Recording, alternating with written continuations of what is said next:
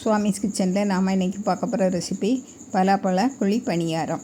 பலாப்பழத்தில் நம்ம பலவிதமான பலகாரங்கள் செய்யலாம். அதில் இது ஒன்று ரொம்ப டேஸ்டியாக இருக்கும். அந்த குழி பணியாரம் ரொம்ப சாஃப்டாக இருக்கும், நல்ல வாசனையாட்டு இருக்கும். இதை எப்படி செய்தலான்னு பார்த்துருவோம்.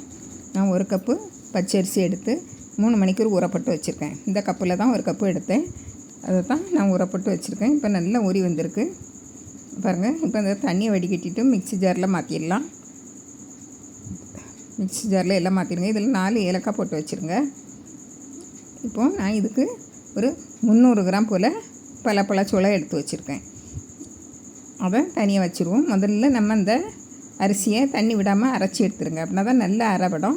இப்போது நம்ம பலாப்பழத்தை போட்டு அரைக்கலாம். 300 கிராம் இருக்கும், கொட்டையெல்லாம் நீக்கி எடுத்த பிறகு 300 கிராம் இருக்கும். அவ்வளோ பழத்தையும் நம்ம இதில் போட்டுடலாம். நல்ல பழுத்த பழமாக இருக்கணும், அப்படின்னா தான் நல்ல வாசனையாக இருக்கும். நல்லா இனிப்பான பலாப்பழமாக இருக்கணும். பாருங்கள், இப்போ நல்லா இன்னும் ஒரு நேரம் அரைச்சிட்டு வந்துடுங்க. பாருங்கள், கீழே போயிருக்கு பாருங்கள். இப்போ கொஞ்சம் நல்லா அரைப்பட்டிருக்கு. என்ன அரைப்படணும் பாருங்கள். இப்போ 1/2 கப்பு கூட கொஞ்சம் நாட்டு சர்க்கரை எடுத்துருக்கேன். உங்கள்கிட்ட வெல்லம் இருந்தேன்னா வெல்லத்தை துருவி போடுங்க. இல்லை அப்படின்னா பாகு காய்ச்சி, கட்டியான பாகு காய்ச்சி போடணும். நம்ம வெல்லத்தில் கல் மண் இருந்தேன்னா வடிகட்டி போடணும் இல்லையா. இது நாட்டு சர்க்கரை, இதில் ஒன்றும் இல்லை, அதனால் நான் அப்படியே போட்டிருக்கேன். நல்லா அரைச்சி எடுத்துருங்க.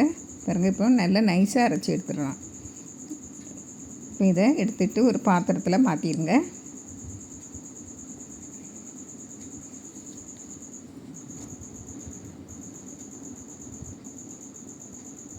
இப்போ ஒரு பிஞ்சு அளவுக்கு பேக்கிங் சோடா போட்டால் நல்லா வெந்து வரும். இந்த குழிப்பணியாரம் உள்ளேயும் நல்லா வெந்து சாஃப்டாக வரும்.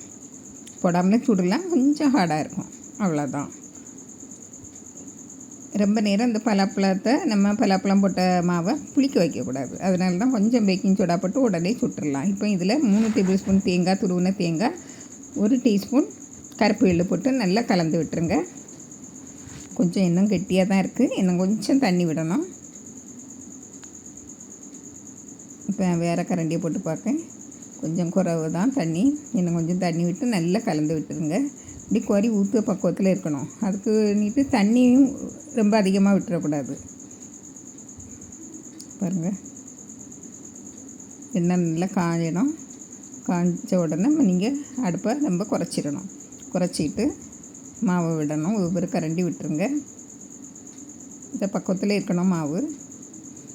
நம்ம இந்த பலாப்பழம் சேர்த்துருக்கனால நல்லா பஞ்சு போல் இருக்கும் மாவும். இப்போ நல்லா வேகட்டு ஒரு பக்கம் நல்லா வந்த உடனே திருப்பி போடணும்.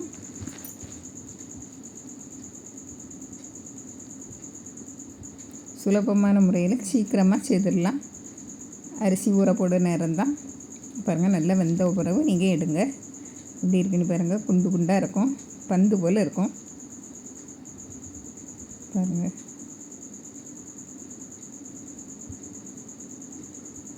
இதே மாதிரி இனிமேல் அடுத்த இதையும் விடுங்க. பாருங்கள், இந்த பலாப்பழ குழி பணியாரம் நம்ம ஆறின பிறகு சாப்பிட்டா ரொம்ப டேஸ்ட்டாக இருக்கும்.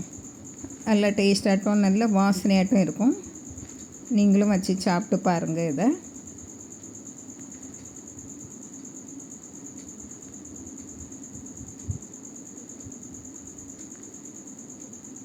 பாருங்கள், எல்லாம் திருப்பி போட்டாச்சு. இப்படி திருப்பி போட்டு நல்ல நிறம் வந்த உடனே, அதாவது கோல்டன் ப்ரௌன் கலர் நாங்கள் வந்த உடனே எடுத்துடலாம். இப்படியே நம்ம இருக்கிற மாவெல்லாம் சுட்டாச்சு. பாருங்கள், நல்லா பஞ்சு போல் இருக்கும். நல்லா சூடு தான். பாருங்கள், இவ்வளோ பஞ்சு போல் இருக்குன்னு பாருங்கள். இதே மாதிரி நீங்களும் செய்து பாருங்கள். பலாப்பழ சீசனில் பிடிச்சிருந்தால் லைக் பண்ணுங்கள், ஷேர் பண்ணுங்கள், கமெண்ட்ஸ் பண்ணுங்கள், மறக்காமல் சப்ஸ்கிரைப் பண்ணுங்கள். தேங்க்யூ.